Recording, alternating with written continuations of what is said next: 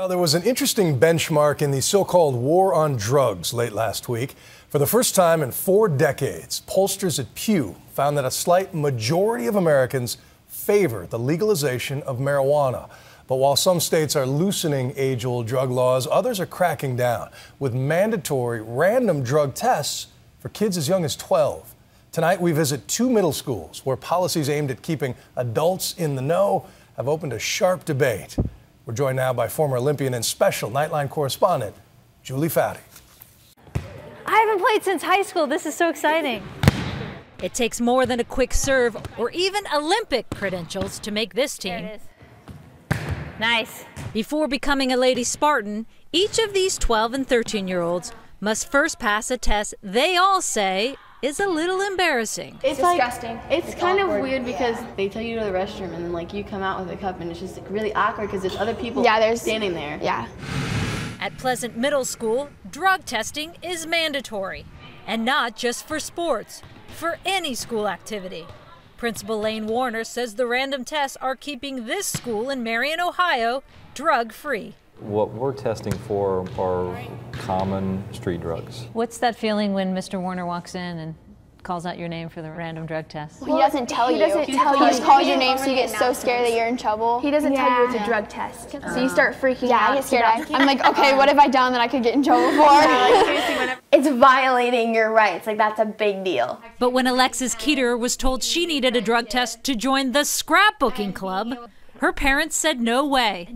They took the school in Milford, Pennsylvania to court. I mean, that was hard. It was difficult not being able to play with some of the girls I had been playing with for years. Alexis and her younger sister Megan were forced to sit out all activities. Even if it meant the girls not being able to play sports. Right, even if it meant they had to sacrifice their sports and clubs that they love so much. I get that it's easy to pee in a cup, but giving up your constitutional rights just because you can doesn't mean you should. It's a decision faced by parents across the country, as random drug testing, once reserved for Olympic, college, and high school athletes, becomes a fact of life for kids in their early teens, even preteens. Today, school districts in at least 9 states require it from their middle schoolers. I would argue, as a school administrator who sees these kids day after day, it's helpful for them to have a reason to say no. You still behaving?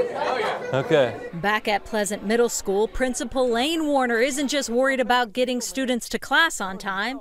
His bigger concern, the stories he's heard about what some kids this age are bringing to school. Little things that they hide drugs in, they carry around with them that look like a normal highlighter. You know, it's very eye-opening. How easy is it for a 13, 14-year-old? I would love to say, boy, that's something that the kids around here, they just really have to work hard to do. Heroin is making a big comeback. It's becoming more popular, and it's pretty accessible.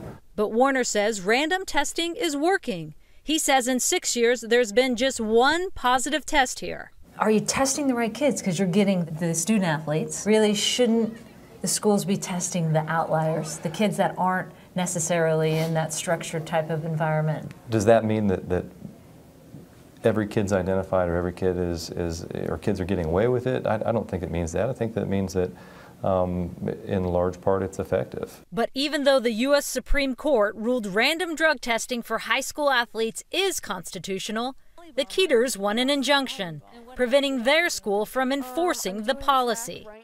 It means the girls can play again, while the issue is settled in Pennsylvania Supreme Court. Is that you?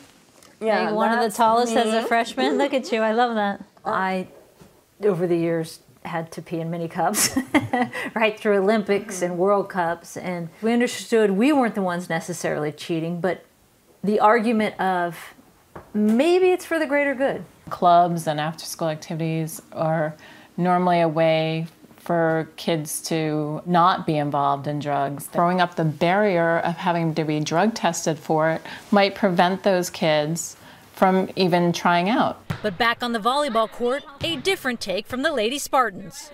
So overall, you guys think it's a good thing? Yeah. Yeah, definitely. Yeah, I think it's helping stop it. You know. Because they know they're not going to be eligible for sports. 1, 2, 3, together! Oh, you go up. Random drug tests, a rite of passage for Olympians, professionals, and now even America's youngest athletes. For Nightline, I'm Julie Foudy in Marion, Ohio.